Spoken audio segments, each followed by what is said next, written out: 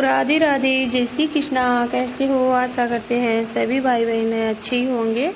और भगवान जी से हम तो यही प्रार्थना करते हैं कि जहाँ पर भी हमारे प्रिय मित्र रहे, कुशल पूर्वक रहे, आनंद पूर्वक रहे। और यूँ ही है जो खुशी खुशी से है, जो अपना जीवन है वे चलाते रहे। तो मेरे प्यारे मित्रों, आज हम आपके लिए लेके आए हैं बहुत ही शानदार सी जानकारी है, बहुत ही सुपर डुपर होने वाली है। और आप लोगों के लिए भी बहुत ही, महिला और पुरुष दोनों के लिए बेहद अच्छी होने वाली है। और इस जानकारी को पा करके आपको है बहुत खुशी मिलेगी।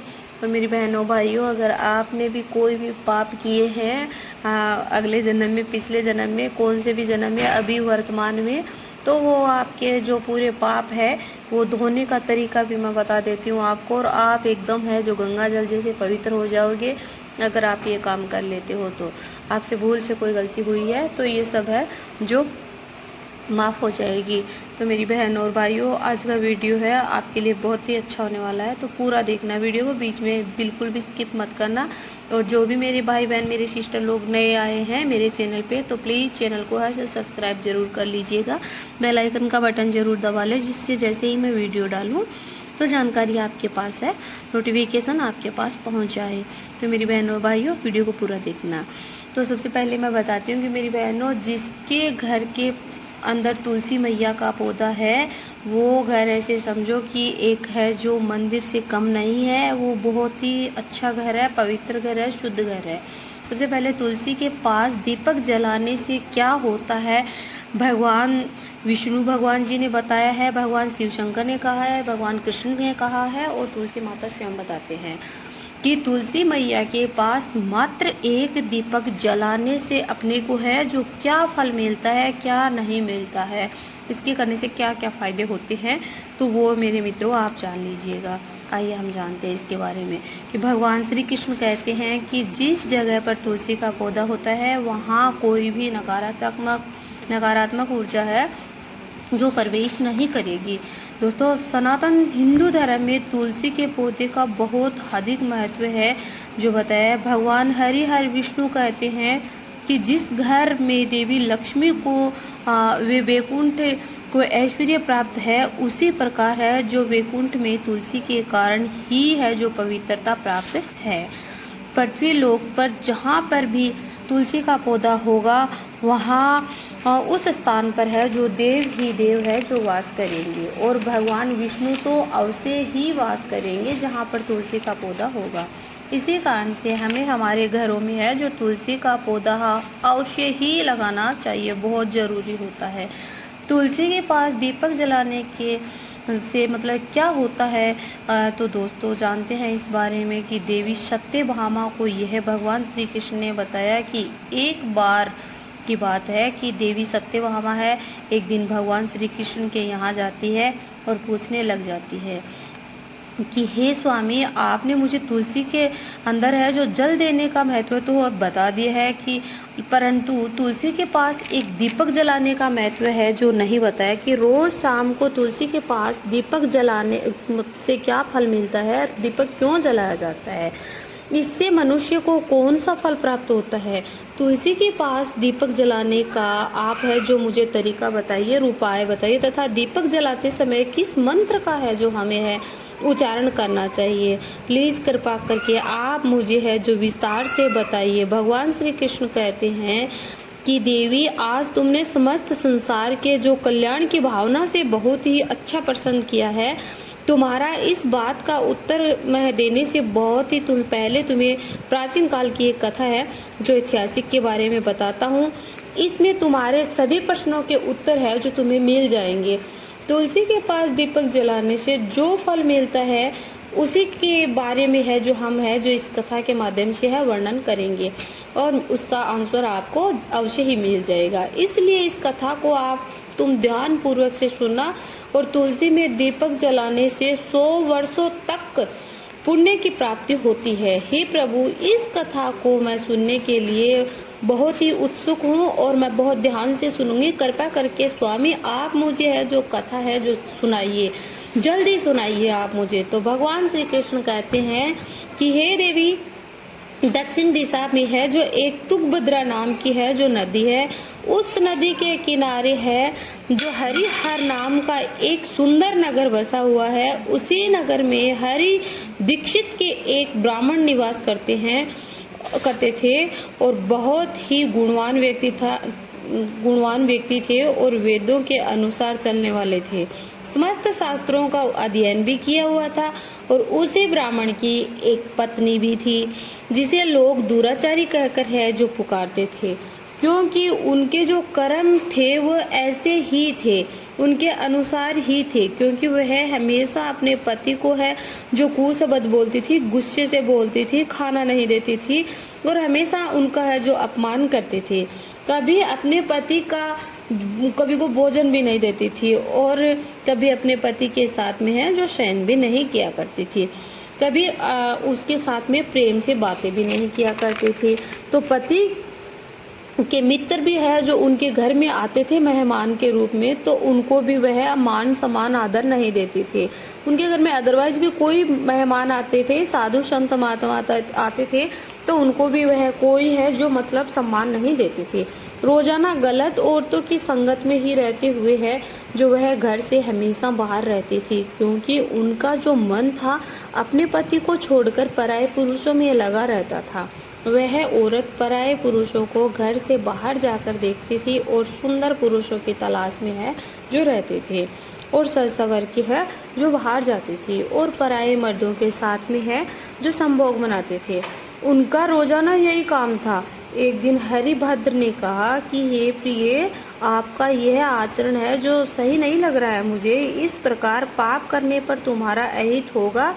तुम अभी से है जो बुरे कर्मों को है छोड़ दो और अच्छे कर्म करो। इस प्रकार के व्यवहार से मुझे बहुत ही दुख होता है, तकलीफ होती है। फिर उस औरत ने क्या कहा कि ना जाने मैंने कौन सा पाप कर रखा है जो तुम जैसा पति है जो मुझे मिला है। मुझे लगता है मैंने पिछले जन्म में कोई है जो बहुत बड़ा पाप किया है, इस कारण तुम्हारे जैसे गरीब पति है जो गरीब पति के घर मुझे आना पड़ा और गरीब पति है जो मुझे मिला है। तू मेरा है जो कोई भी इच्छा पूर्ण नहीं कर सकता है और फिर भी मुझे है इस झोपड़ी के अंदर है जो रहना पड़ रहा है। एक दिन मैं तुम्हें छोड़कर है जो चली जाऊंगी।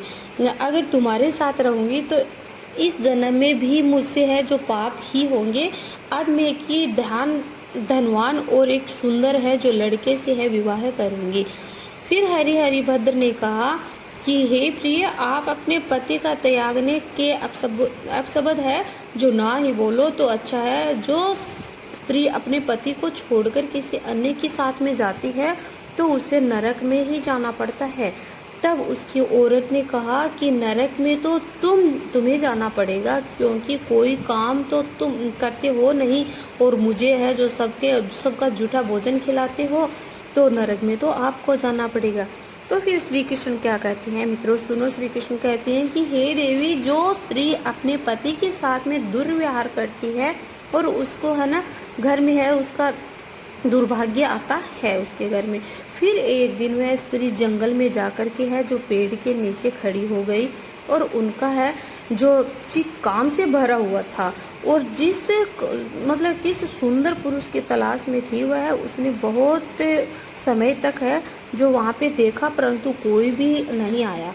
फिर वह बहुत दुखी हो गई और फिर कुछ शब्द बोलने लगी दुखी होकर के कि फिर कुछ शब्द ऐसे शब्द थे वो बोलने लगे कि हाय हाय, आज तो कुछ है कोई पुरुष है नहीं आया है, मैं आज की रात है कैसे बिताऊंगी, कैसे सो पाऊंगी, कौन मेरे है जो इस सुंदर शरीर का है जो उपभोग करेगा। तो इससे अब मेरे पास है सुंदरता का कोई देखकर भी है कोई नहीं आ रहा है। मेरी इतनी सुंदरता है फिर भी कोई नहीं आ रहा है। मेरे पति की तरह ये पूरा संसार ही मूर्ख लोगों से ही भरा है क्या कि इतनी सुंदर नारी को पाने के लिए कोई नहीं आ रहा है। तो सुंदर नारी को काम वासना की भावना हो उठी है और फिर भी कोई नहीं आ रहा है। मुझे तो पाने के लिए देवता भी है जो तरसेंगे। हे भगवान, हे कोई सुंदर नारी का पुरुष तो मेरे लिए है जो कोई ऐसा सुंदर पुरुष भेज दो भगवान जी, जिसे है मैं पाकर मेरी प्यास है जो बुझा सकूं। फिर चाहे मेरा है जो भक्षण भी कर लेगा तो भी मुझे है सहन कर लूँगी मैं। तो भगवान श्री कृष्ण कहते हैं कि हे देवी, वह स्त्री जंगल में ज़ोर ज़ोर से है जो विलाप करने लगी।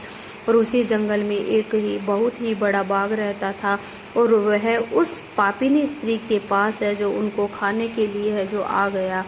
उस बाघ में का नाम क्या था? ध्वजंग था उस बाघ का नाम। और उसे देखकर वह स्त्री है जो कांपने लग गई, और इतने में ही है जो उनके जो बाघ के पंजे थे, पंजे से है उस स्त्री को है जो काट डाला, और वह फिर नीचे गिर गई और चिल्लाने लगी, अरे बाघ, तू मुझे क्यों खाने आया है? यहाँ कैसे आया है? फिर बाघ ने कहा कि हे पापिनी स्त्री, तुझ जैसी इस पापिनी स्त्रियों का भक्षण करना ही तो मेरा काम है, तभी मुझे इस शरीर से है जो मुक्ति मिलेगी। और वह उनसे सारी बातें है जो बताने लगी थी। और फिर वह बोली कि हे बाघ, मुझे आप बताओ कि मुझे खाकर आपको क्या मिलेगा? तो वह कहने लगा कि मैंने तुम्हारी तरह बहुत सारे बुरे कार्य किए जो मुझे नहीं करना चाहिए था, और इसी वजह से है जो मुझे ये जीवन मिला। तब मैंने यह पूर्ण कर लिया था कि यह प्रण लिया था कि मैं धर्म एवं सत्य के मार्ग पर ही चलने वालों लोगों का ही भक्षण करूँगा, और है भक्षण नहीं करूँगा। धर्म और सत्य की भावना पे चलेगा, मार्ग पे चलेगा, उनका भक्षण मैं कभी नहीं करूँगा। और असत्य और गलत मार्ग पर है जो चलने वाले लोगों का ही मैं हमेशा भक्षण करूँगा। और फिर है इसीलिए आज तो मेरा है जो घास अवश्य बनेगी। इतना कहकर है उस पापिनी स्त्री को है जो मार डालता है। और फिर यमराज ने है जो धर्मराज को है कहा कि इस स्त्री ने बहुत सारे धर्मराज है जो आते हैं उनको लेने के लिए, यमराज आते हैं। तो धर्मराज जी ने कहा कि स्त्री बहुत ही पाप किया है इस स्त्री ने। तो यमराज कहने लग गए हैं कि तुमने तुम्हारे पति के साथ में बहुत अपमान किया था, ये अग्नि नरक झेलना पड़ेगा आपको। फिर बहुत साल बाद उसने है फिर है ऐसा करके है जो वह चली जाती है, और फिर वो है जन्म लेती है, अगले जन्म फिर दोबारा जन्म लेती है।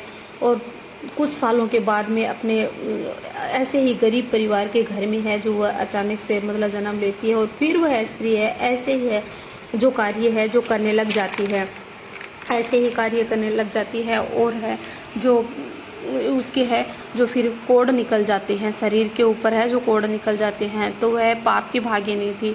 तो फिर वह क्या करती है कि एक दिन है जो एक बहुत सारी स्त्रियां और ऐसे रास्ते में जाती है, तो बहुत सारी स्त्रियां मंदिर में है जो तुलसी माता के नीचे है, तुलसी माता के नीचे घी का दीपक जला रही थी। और वहाँ पे जाकर के है रुक कर के पूछने लग जाती है कि बहनों सुनो, बहनों तुम ये किस तुलसी माता के नीचे दीपक क्यों जला रहे हो, इसके करने से क्या फल मिलता है?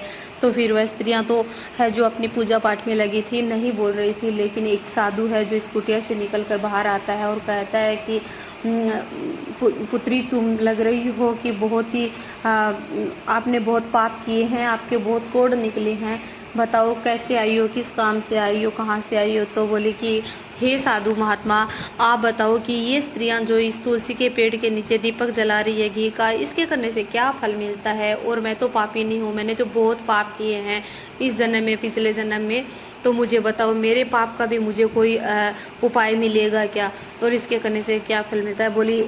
बोले कि पुत्री अवश्य मिलेगा। इस तुलसी माता के नीचे है जो मात्र दीपक, घी का दीपक शाम को जलाने से है जो सारे रोग है दूर हो जाते हैं, सारे पाप होते हैं, सारे कष्ट किए होते हैं तो वो कट जाते हैं। और पुत्री मुझे लग रहा है आपने बहुत पाप किए हैं और उस पाप की सज़ा है आपके इस कोड के द्वारा है निकली हुई, ये बता रही है। तो ये आप तो फिर वह करती क्या है कि तुलसी माता की कहानी ऐसे सुन करके है जो कहती है कि हे बाबा मैं अवश्य करूँगी ये कार्य है।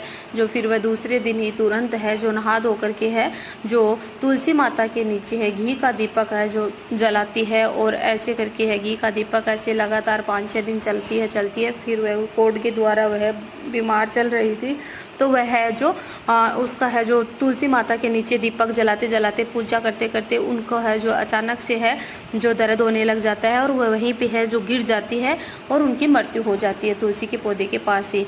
तो उनको है जो आते हैं यमराज जी के दूत है जो लेने आते हैं, यमराज वगैरह तो आते हैं, तो कहते फिर अचानक से है जो विष्णु भगवान के जो सेवक होते हैं वह आते हैं और कहते हैं नहीं, आप इनको नहीं ले जा सकते हो। बोले हम क्यों नहीं ले जा सकते हैं, हमें है जो धर्मराज का आदेश मिला है। तो बोले नहीं, इनको है जो हम इसने है जो तुलसी माता के पास है जो दीपक जलाया है और विष्णु भगवान का जो विष्णु भगवान को बहुत प्रिय है और एक दिन इसने 2 दिन 4 दिन दीपक जलाया तो ये है जो नरक में नहीं जा सकती है, ये स्वर्ग में लोक में ही जाएगी। तो ऐसे कह करके है जो बोले मुझे क्षमा कर दो। तो वह है जो फिर अंत में है जो उनको है स्वर्ग का रास्ता ही मिला, भगवान की प्राप्ति ही हुई कि वित्रोद ये इतना सारा पाप करने के बाद भी है उसने है जो तुलसी माता के अंदर है केवल 4-5 दिन ही दीपक जलाया था, उससे ही उसके सारे जो पाप है जो पुण्य में बदल जाते हैं और उनको यह पुण्य की है जो भागिनी बन जाती है। तो मेरे प्यारे मित्रों, आपको मेरी बताई हुई जानकारी है कैसी लगी और अच्छी लगी तो मुझे कमेंट में जय माँ लक्ष्मी जय भगवान विष्णु की ज़रूर लिखना, जय माँ तुलसी की। और ये कहानी को पूरा अच्छे से सुन करके आप है जो इस कहानी के मतलब पालन है जो ज़रूर नियमों का पालन ज़रूर करना और अपने सभी के घर में है जो एक तुलसी का होना बहुत ही ज़रूरी होता है। और मेरी बहनों और भाइयों, आप प्रतिदिन है जो आपके घर में कितने भी कष्ट है, कितने भी संकट है, आपके घर में नकारात्मक ऊर्जा है, भूत प्रेत नेगेटिव ऊर्जा है, तो आप प्लीज़ आप अपने घर में तुलसी माता का एक पेड़ अवश्य होना और उसके अंदर एक शाम को घी का दीपक जलाना बहुत ही ज़रूरी है, आपके लिए बहुत ही अच्छा होगा। तुलसी माँ के अंदर माँ तुलसी लक्ष्मी मैया का वास होता है और जहाँ लक्ष्मी होती है वहाँ विष्णु भगवान अवश्य होते हैं। तो लक्ष्मी मैया तुलसी माता अगर आपके घर में दोनों एक साथ विराजमान होंगे तो आपके घर में किसी भी चीज़ की है जो कमी नहीं होगी। इसलिए आप तुलसी की पूजा अवश्य किया करो और 1 लोटा जल का आप तुलसी के अंदर अवश्य दिया करो रविवार को, 11 को और अमावस को छोड़ करके। तो बोलो तुलसी माता की जय, प्यार से बोलो जय श्री कृष्ण, राधे राधे। चीज़ का सुख नहीं दे रखा है, बोले क्या सुख है, तो बोले कि हमें कोई पुत्र पुत्री का सुख दो, तो बोले कि ठीक है।